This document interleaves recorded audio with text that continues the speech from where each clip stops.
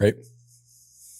So I guess the start off with question number one, or point number one, is the price drop dilemma.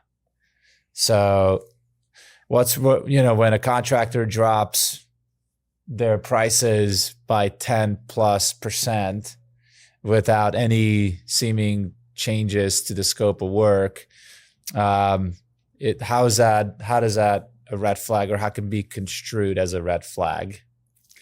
Yeah. So I think one important point to make there is, sudden cost drop is also often associated with hidden inefficiencies. Maybe they've overestimated something in their bid. They're looking back now, they realize that they had too much in a certain pot. That could be one thing.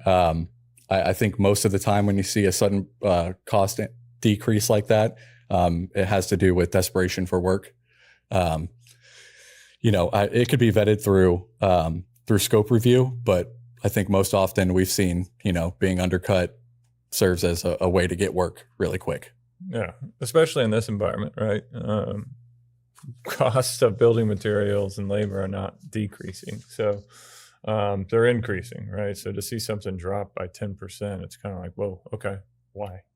And I think I think a lot of this is going to come back to I think inherently a lot of red flags come up when going through pricing and construction. There can be a lot of gray area. There's a lot involved, a lot of moving parts. I think ultimately it's going to come down to trusting who you choose to work with, and going out there and getting multiple bids so you have an understanding and you can compare apples to apples.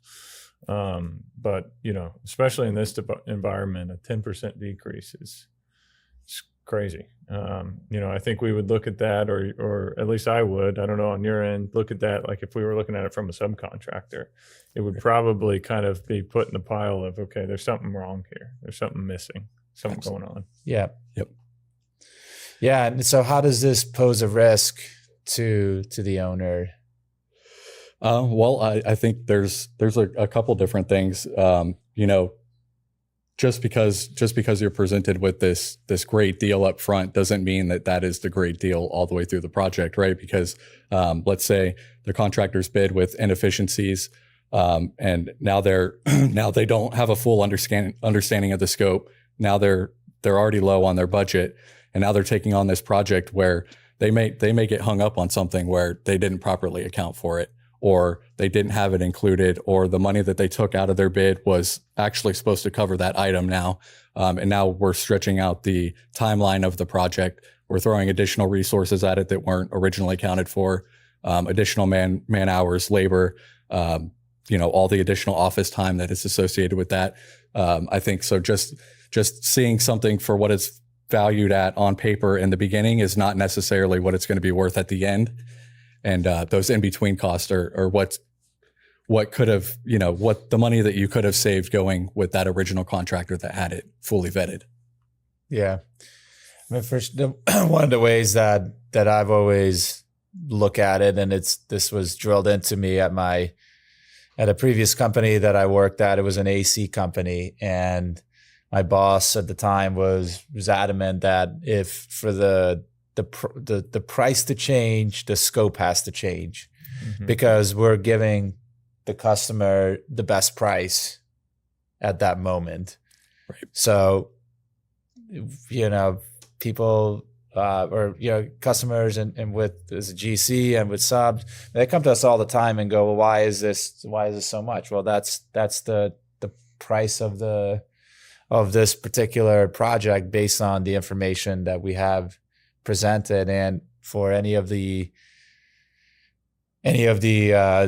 those inefficiencies that you refer to, it could be a detail that wasn't clear. The architect maybe didn't clarify enough, or during the bid process, right. It wasn't fully understood. But in order for that price to drop, then maybe it's, we cut down the superintendent, maybe it's a nights and weekends thing, and now there's a premium for that. Whereas now it's can we figure out a way to do it during the operating day hours?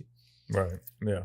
Yeah. So I think it's important to note there are always VE opportunities, right? Value engineering. Go in there and figure out, okay, what can I pull out? What can I replace to get a better price and get the same product, right? But Right. to your point, that would result in a scope change. So it's not just out of thin air, oh, here's some money.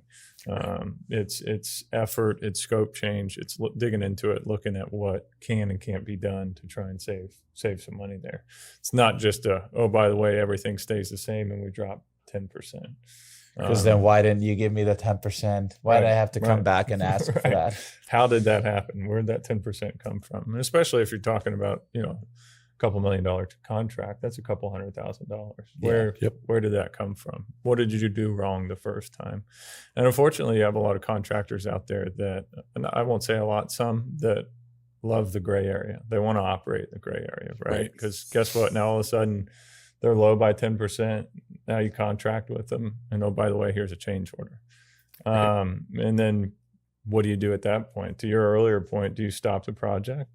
What options do you have? In an effort to progress, you're going to probably pay that, and very well may end up more than what you could have been originally if you took the time up front to vet that.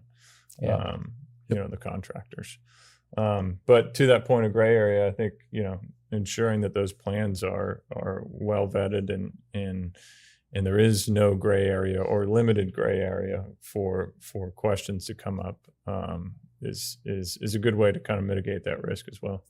Absolutely. Yeah.